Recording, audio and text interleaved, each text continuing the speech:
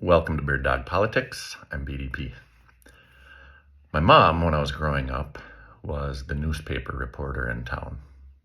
Like, the only one. We live in a small community in the Northwoods. We have two blinking yellow lights, blinking red lights, but we don't have a stoplight. We've got 3 bars, 4 churches, 1 school building. So, my mom was the reporter for the local newspaper for our entire side of the county.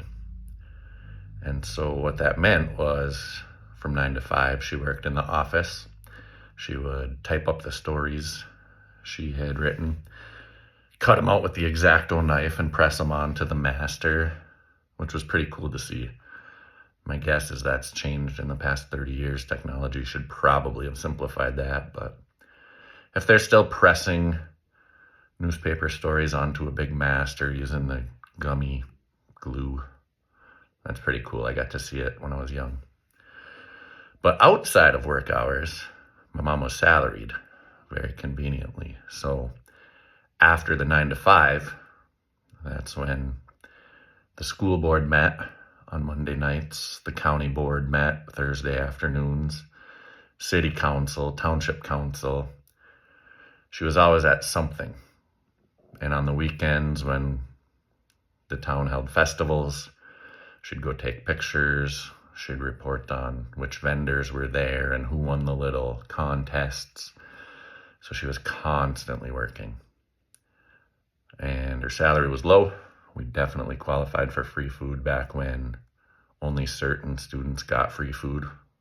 I was one of them.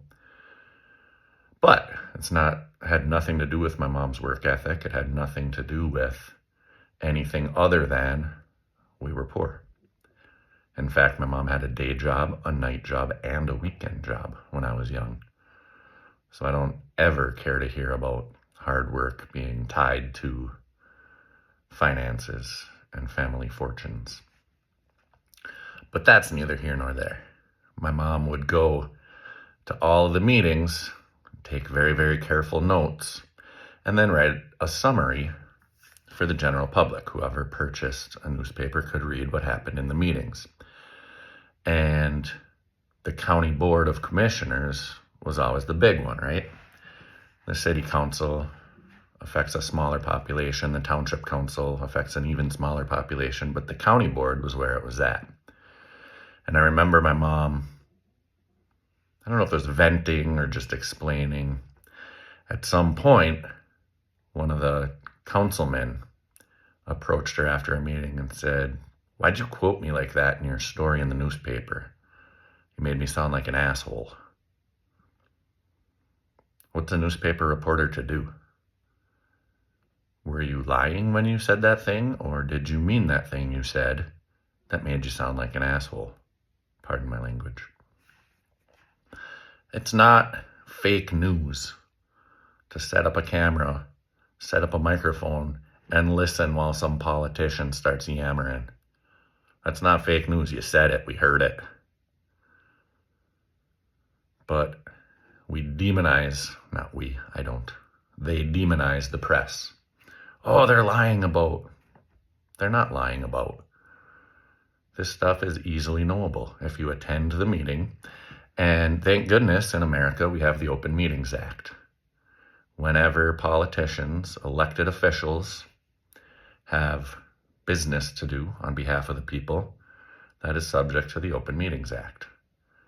And so if it's a regularly scheduled meeting, we already know when the school board meets, when the county board meets.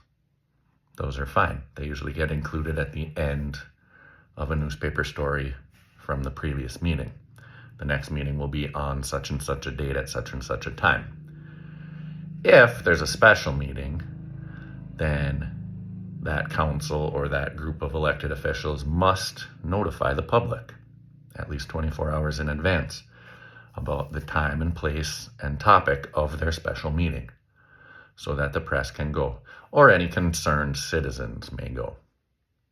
Back when I was a teenager, I didn't care. I thought my mom's job was not as important, but I was a boy then. I thought, who cares what the county board decides? And now, as a grown man, I care more than I did as a boy. And so when people start announcing what their elected officials are doing and try to create those groundswell movements, that's important, and that's real, and that's democracy. And so the people in power, of course, they want to try to take away some legitimacy from the press. Of course, they want to cast doubt on what's been recorded and reported. And sure, there are some reporters who do a poor job. There are some who lie or exaggerate, and they should be dealt with. But the vast majority of reporters deserve so much credit, so much respect. They keep this democracy functioning best they can. I know a lot of people think there's some sort of deep state with celebrities and babies and underground caves. I don't believe in that. But if you want to say something about a deep state, it's rich people paying off powerful people. And that stuff can escape reporters, but not always. I was so impressed back in 2020. After the Trump stimulus checks, we also had the PPP, Paycheck Protection Program, or something like that.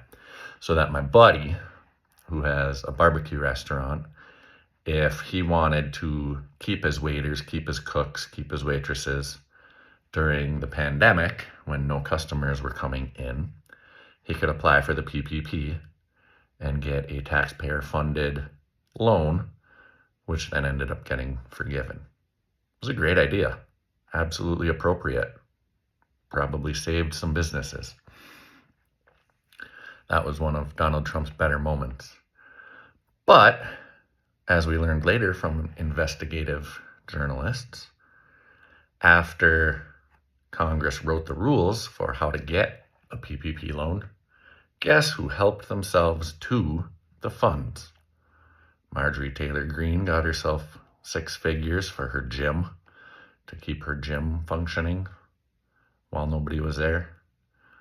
Why don't you just turn the lights off? That's a money saver. But according to a fantastic investigative journalist, the Los Angeles Lakers applied for and received a PPP loan. Yeah, those same Lakers that were just sold for $10 billion. They got a taxpayer subsidy to pay their people. And it wasn't until an impressive investigative journalist discovered that the taxpayers had subsidized the LA Lakers that the Lakers gave the money back. Felt, this much shame for bilking the taxpayers when they're owned by billionaires. They should absolutely not be at the public coffers. That was required. That was made possible. The righting of that wrong, the correction of that injustice was made possible by the free press. And so, just like my mom, who took all that grief from the county board member who didn't want to be quoted saying something so cruel, so cold, we still see that today. And I'm sure we saw that before my mom too. But I just want to give a shout out to the investigative journalists, to those who protect the free press, because we need to know what our elected officials are doing and saying and voting on whenever possible. Clarence Thomas getting on a yacht with a billionaire while the billionaire has business in front of the Supreme Court. We need to know that. Clarence Thomas sitting in the VIP suite at Nebraska Cornhusker football games while the cheerleaders bring him drinks and sandwiches or whatever he wants. We need to know that. Thank you to the reporters who keep an eye on our leaders. Some people go into public service for the right reason. Others go into it for power and fame and ego. And as long as we have a free press, to continue doing their important work, we'll be all right.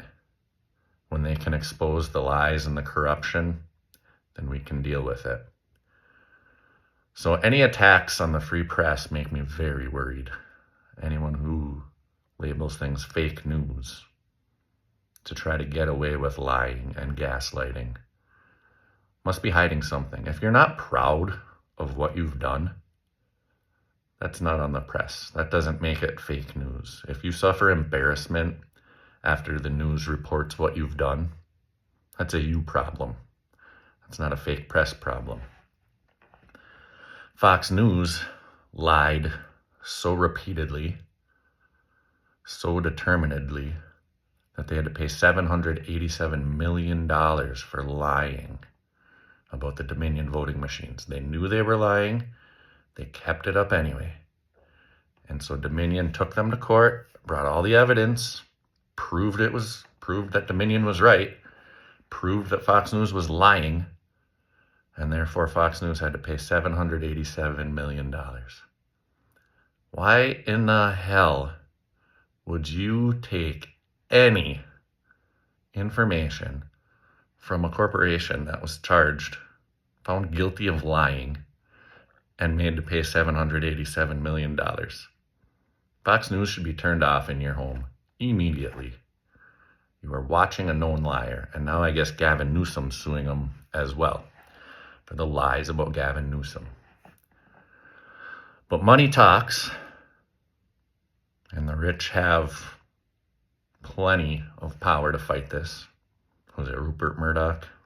Is that who I'm thinking of? And his sons?